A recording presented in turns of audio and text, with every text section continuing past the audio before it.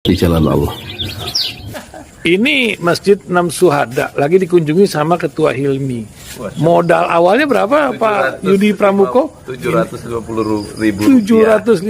rupiah aja. Jadi ini 500 jutaan nih barang. Sekarang udah habis 310. Masya Allah, tuh udah pakai keramik, plafonnya tinggal. Granit tuh kayak marmer. Tuh, Masya Allah nih, sampai juga kita ke sini. Masjid Enam Syuhada, ngapa namanya Masjid Enam Syuhada, Ya, Pak Yudi? kita mau mendokumentasikan perjuangan dakwah nama anak muda pengawal Habib Rizik Syihab itu. Masya Allah. Yang dibunuh sama orang jahat di kilometer 50. Kilometer 50 ya. Itu kan simbol memperjuangkan dakwah itu kita harus memberikan segalanya untuk Islam kan ya. Untuk Masya dakwah Islam. Allah. Dan nama anak muda itulah yang sudah memberikan segalanya untuk Islam. Masya Allah. Apa nanti nama pemuda itu ada juga di sini mungkin diterapkan? Mungkin namanya 6 syuhada. 6 syuhada Iya. itu, 6 syuhada dipasang di sini, 6 syuhada. Beb Ali, apa yang dikomentarin dari ini semua, Beb Ali? Masya Allah, luar biasa. Dari uang 700.000, kalau pengen ternyata bisa. Bisa. Allah kirim. Tuh, bisa. Ya, dengan Masya. dengan masuk satu gang kecil, tapi Bapak ini luar biasa. Kecil tuh. Oh, Masya Allah ya. Satu call aja. Masya Allah. Perjuangan Pak Yudi Pramuko, YouTuber sejagat paling tua. Tertua di semesta. Tertua di semesta. Masya Allah. Tukang donat. Tukang donat. Tukang donat dari Paru. Ini saya laporkan dari lapangan ini, langsung dari Masjid Enam Syuhada. Masya Allah. Dan ini dia. Dalam lihat ah. Tuh, lihat tuh masjidnya. Tuh imamnya di situ tuh. Malam-malam lagi kita. Masya Allah. Masih kurang nih. Atapnya katanya transfer aja. Assalamualaikum warahmatullahi wabarakatuh. Saya Yudi Pramuko, tukang donat dari Parung, YouTuber tertua di semesta. Alhamdulillah. Wassalatu wassalamu ala rasulillah. Kita lihat ya, ada perkembangan menarik dan mengejutkan banyak pengamat, terutama manuver-manuver yang dilakukan oleh Surya Paloh ya.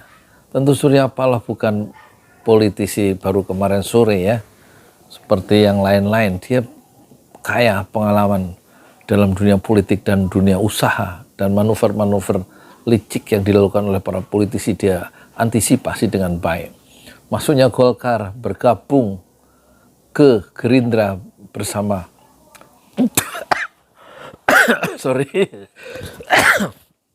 bersama Zulhas. Ini nggak saya edit ya, waktu umur hidup terus singkat untuk ngedit ya. Nah terus itu kan Golkar bawa suara 85, sementara Gerindra itu 78. Tentu daya tawar Golkar lebih tinggi, sehingga berubahlah nama koalisi itu sebagaimana sebelumnya Koalisi Kebangkitan Indonesia Raya, karena bersama dengan Muhaimin yang kursinya itu Muhaimin itu berapa ya? 58 kan? Sekarang Golkar masuk dan mengubah nama menjadi koalisi bukan Kebangkitan Indonesia Raya, tapi Koalisi Indonesia Maju. Tentu yang sudah setahun yang lalu kerjasama Muhaimin dengan Prabowo itu mudah ya dicampakkan, karena kita lihat faktor Prabowo yang mudah juga masuk istana meskipun dia dulu lawan dari petahana ya kan. Jadi Prabowo itu juga nggak bisa dipegang langkah-langkahnya ya, makanya dulu waktu dia masuk istana dan kemudian jadi Menteri Pertahanan dengan meninggalkan umat Islam yang mendukungnya, maka dia dicap sebagai pengkhianat kan.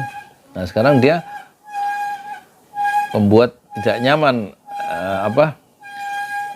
Muhaimin karena mengubah namanya Koalisi Kebangkitan itu maksudnya kebangkitan bangsa kan, Indonesia Raya KIR itu menjadi Koalisi Indonesia Maju.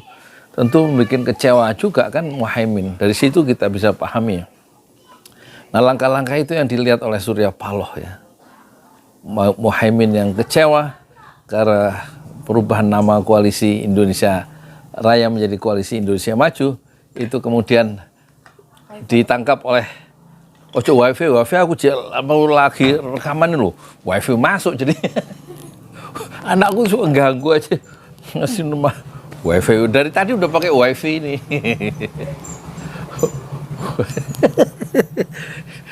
Ini nggak usah serius ya, politik, otak politik. Udah beli beras belum itu ibu-ibu? Anaknya, mantunya cucunya udah pada kerja belum? Susah toh kerja, cari kerja di zaman Pak Jokowi, ya, yang bilang gampang sopo. Ngutangnya sih kebanyakan. Ya itu akibatnya, beli beras susah, cari rumah susah, cari kerjaan susah. Anak-anak yang fresh graduate ya, fresh graduate ngerti nggak?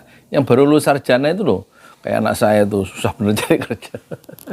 Ya karena politiknya keliru, terlalu memihak bukan kepada rakyatnya sendiri, kepada pengusaha dan pengusaha orang-orang asing yang nyari kerja di sini. Masa pengusaha proyek-proyek Cina sampai 15.906 menurut Luhut ya. Gimana sih? Jadi kita mau sedang membangun Jakarta Peking itu seperti zaman Bung Karno, Jakarta Peking, Jakarta Beijing, nggak tahu lah. Nah akhirnya si Surya Paloh kan juga mikir ya, AHY itu nggak punya basis NU. Padahal Anies kalah di situ, nggak punya jaminan suara Nahdlatul Ulama yang besar di Jawa Tengah, Jawa Timur itu nggak bisa diraih oleh kalau dipasangkan dengan Anies sebagai si AHY sebagai calon presiden. Nah, mumpung ada Muhaimin yang terpental atau dikecewakan oleh Prabowo, ya sudah. Akhirnya mereka kerjasama kan. Apalagi Muhaimin dari dulu, dari 2019 tuh posternya gede bener saya lihat di Parung Bingung itu ke arah Cinere gede bener, calon wakil presiden 2019. Ya nggak jadi juga, Ari Ma'ruf Amin yang jadi kan. Jadi dia udah ngebet jadi calon presiden tuh Muhaimin. Nah sekarang ketemu tuh, tutup sama botolnya, ketemulah sama si Surya Paloh. Lah ngono saja nih mikirnya.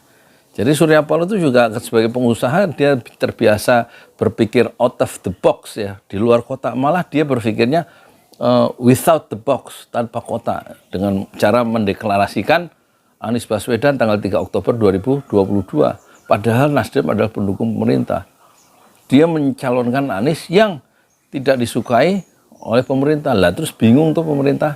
Nah itulah cara kejutan-kejutan yang suka dibikin oleh Surya Paloh, itu patternnya, polanya kelihatan. Makanya kita kalau kemarin dia kemudian melakukan fait accompli, Anies Baswedan suruh menerima kenyataan yang wakil presiden nih ambil Caimin. Nah, itu gaya khas dari Surya Paloh sebenarnya. Bisa kita pahami cara berpikir Surya Paloh sebagai pengusaha yang suka berpikir out of the box, di luar kotaknya. Nah kemudian gaya itu nggak bisa dipahami kayak siapa si Surya Paloh gitu yang melakukan fait accompli itu. Anies juga nggak bisa menolak, apalagi dia banyak utang budi ke Surya Paloh karena dia orang yang nggak berpartai tapi diangkat menjadi calon presiden ya, oleh Nasdem Anies. Jadi dia nggak bisa menolak posisinya waktu disodorkan Muhaimin Iskandar. Hutang budinya terlalu banyak sama Surya Paloh kan. Mana ada yang mendukung dia? Pertama-tama yang mendukung dia besar-besaran adalah Nasdem kan, mendukung Anies Baswedan yang nggak punya kerjaan setelah gubernurnya habis, gubernur DKI. Jadi posisi Anies secara psikologis dia nggak bisa menolak, nggak bisa melakukan tawar-menawar di fait accompli oleh si Surya Paloh. Dan semua merasa di fait accompli, apalagi dalam perjanjian yang 8 kesepakatan 6 kesepakatan di tim 8 koalisi perubahan dan persatuan itu kan ada kesepakatan semua calon wakil presiden ditentukan oleh Anies sepenuhnya. Dalam posisi itu, dalam segi itu Surya Paloh nggak salah, karena yang menentukan calon presiden pada akhirnya Anies, dia hanya menyodorkan nama. Pintarnya Surya Paloh gitu ya. Surya Paloh pintar ya. Tapi Demokrat panas marah ya, merasa Surya Paloh itu adalah pengkhianat karena mengkhianati perjanjian piagam 3 partai itu, ya kan. Sementara tapi yang ngomong itu kan ini ya, entah juru bicara Demokrat Herzaki atau sekjennya Demokrat ya. Itu sama aja pokoknya semua orang Demokrat lah ya kan. Tengku siapa itu? Rifki Harsha ya. Omongan Tengku Rifki Harsha sama Herzaki Putra sama ya. Sama-sama kepanasan gitu. Dan sama-sama memblame Nasdem dan Surya Paloh sebagai manuver-manuvernya sebagai bentuk pengkhianatan terhadap kesepakatan 3 partai di tim 8 itu. Tapi kan harus dilihat juga ultimate goal-nya itu apa? Anies jadi presiden kan. Nah, kalau sekarang dia punya wakil presidennya Caimin yang kursinya itu sampai 58, banyak 58 tuh, mendekati Nasdem kan. Nasdem dengan Caimin kalau berdua itu udah 117, di atas ambang batas calon presiden threshold ya 117, harusnya kan cuma 115, jadi ada 21%, lebih dari 20. Kalau mereka hanya berdua maju dan mencalonkan Anies dan Muhaimin, mereka insya Allah jadi presiden. Siapa? Anies Baswedan. Jadi skenario paling buruk itu sudah dipikirkan kalau dengan memasangkan Anies dan Caimin itu membuat kepanasan PKS misalnya, Demokrat dan yang lain. Tetap tersisa 2 dan tetap bisa Anies maju menjadi presiden. Dan dukungan suara dari Jatim NU dan juga NU Jatim dan NU Jateng itu cukup mengantarkan Anies Baswedan menjadi presiden Republik Indonesia, insya Allah. Jadi saya kira dalam perspektif yang lain, langkah-langkah manuver